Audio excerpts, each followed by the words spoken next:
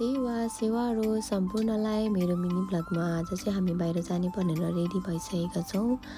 साथीको चाहिँ यहाँ थोरै कपाल मिलेन रे, त्यही भएर छेमाले मिलाइदिनुहुन्छ। फाइनली हामी चाहिँ रेडी भएर पनि बाहिर निस्किसकेका छौँ। मेरो साथी चाहिँ अघि र म र छेमा चाहिँ पछि जाँदैछौँ। जाँदै बाटोमा साथीको पनि के भयो देखाउँदै छिन्। र हामी चाहिँ ट्रेनमा अलरेडी पसेर पनि यसरी कुनामा बसिरहेका थियौँ। बस्ने ठाउँ नभएर बेलामा छ्यामाले चाहिँ यसरी चाहिरहनु भएको थियो। हामी दुईजना गफ गरेको हेर्दै हुनुहुन्थ्यो।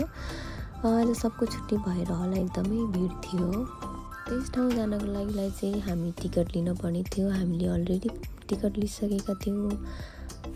अनि त्यस ठाउँभित्र छिरेर हेर्दामा मान्छेको भिड त कति हिँड्नको लागि पनि गाह्रो थियो। र झनै फुलहरूको त के कुरा गर्नु, कति राम्रा फुलहरू यहाँ सजाइएको थियो। यो चाहिँ वर्षमा एकचोटि यसरी नै फ्लावर सो गरिने गर्छ। 1 देखि 2 हप्तासम्म यसरी फ्लावर सो गरिएको हुन्छ। र यसरी बिचमा हेर्दै जाँदा निबुवाहरू पनि राखिएको रहेछ फुलको बिचमा। र यसरी फुलहरू हेर्दै जाने क्रममा झुन्ड्याएर पनि राखेको रहेछ। के रहेछ भनेर हेर्दाखेरि यहाँ चाहिँ हरेक देशको आफ्नो नाम लेखेर यसरी सजाएर राखिएको रहेछ। अनि यहाँ चाहिँ हेर्नुहोस् है साथीहरू, पातबाट बुनेर फुल यसरी झुन्डाएर सजाएर पनि राखेको रहेछ।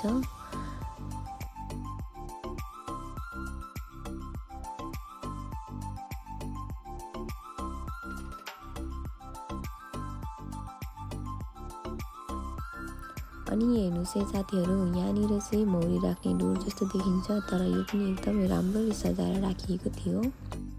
अनि आजको मौसम चाहिँ हल्का घाम लागिरहेको थियो, एकदमै राम्रो थियो। तर मान्छेको भिड भने चाहिँ उत्तिकै थियो। यहाँ हामी जाँदै टुलिप्स फुल भेट्यौँ। अनि हामीले यहाँ एउटा फोटो लिने भनेर चाहिँ फोटो पनि खिच्यौँ।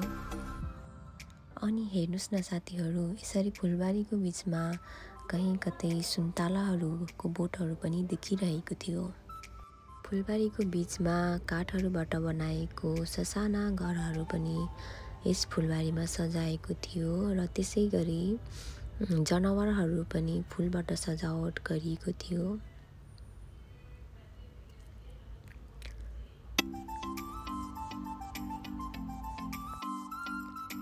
अनि यहाँ चाहिँ बाहिरबाट हेर्दाखेरि मौरीको घार जस्तो देखिने, तर भित्र भने चाहिँ यसरी आगोको ज्वाला देखिरहेको थियो यस फुलबारीको बिचमा।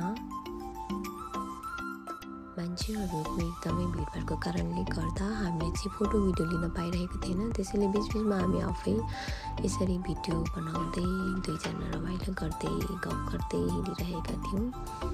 अनि यहाँ चाहिँ छेमालाई यो लाभेन्डर फुल एकदमै मन पर्यो भनेर भिडियो लिइराख्नु भएको छ। अनि हामीले चाहिँ केही फोटोहरू यसरी खिच्यौँ। जस्तो यहाँ काठबाट बनाएको उल्लु र काठबाट बनाएको घर, अनि मेरी प्यारी सानी, अनि यता स्विटी छेमा हुनुहुन्छ। अनि हामीले त्यो फोटो खिचिसकेपछि छेमा चाहिँ भिडियोमा व्यस्त हुनुभयो। अनि हामीले चाहिँ छेमालाई छोडेर गइसकेपछि छेमा र हामी भेट्न गाह्रो भयो। हामी चाहिँ गलेर यसरी दुईजना थचक्क भुइँमा बस्यौँ, बस्ने ठाउँ नभएर। अनि हामीले चाहिँ छेमालाई फोन गरेर यताउता आउनु भनेर हामीले छेमालाई धेरै दुःख दियौँ। अनि यसरी रिसाउँदै कराउँदै आउनुभयो। त्यसको लागि सरी छेमा, हामीले तपाईँलाई एकदमै धेरै दुःख दियौँ। अनि हामी तिनैजनालाई एकदमै भोक लागेको हुनाले हामी चाहिँ त्यहाँबाट निस्किसकेपछि हामी चाहिँ फाइनल्ली खाना खाने ठाउँमा पुग्यौँ। त्यहाँ गएर चाहिँ हामीले खाना अर्डर गरेर पनि हाम्रो खाना आइसकेको थियो। मैले चाहिँ राइस र चिकन विङ्स मगाएको थिएँ भने साथीले चाहिँ नुडल्स, अनि छेमाले पनि नुडल्स मगाउनु भएको थियो। हामी चाहिँ तिनैजना एकदमै धेरै भोक आएको हुनाले खाना फटाफट खायौँ र बिचमा रेस्ट लिँदै गफ गर्दै हाँसी मजाक गर्दै दिनभरिको थकानलाई एकछिन समेट्दै रमाइलो गफ गर्दै खाना खायौँ। अनि मेरो राइस चाहिँ छेमाले ड्राई देख्नु भएछ, त्यही भएर कसरी खान्छौ अप्सरा यस्तो राइस भनेर भन्नुभयो छेमाले। अनि छेमाले चाहिँ नुडल्सको सुप हालेर खाऊ न मिठो हुन्छ भनेर भन्नुभयो। मैले चाहिँ एकचोटि ट्राई गरेँ, तर मलाई चाहिँ नुडल्सको सुप मन परेन। त्यही भएर मैले चाहिँ सिर्फ ड्राई राइस र डिप फ्राई चिकन विङ्ससँग खाना खाएँ। अनि हामीलाई पनि खाना खाँदै ढिला भइसकेको थियो घर जानलाई। हामी घर गएर छेमाकोमा एकछिन बस्यौँ। छेमाकोमा बसेर गफ गर्दै छेमासँग पनि छुट्ने बेला आएछ।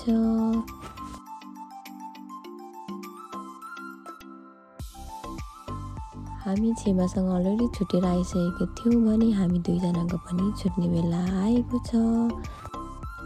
यति भन्दै bye bye, see you next video. Thank you so much for everyone watching my video.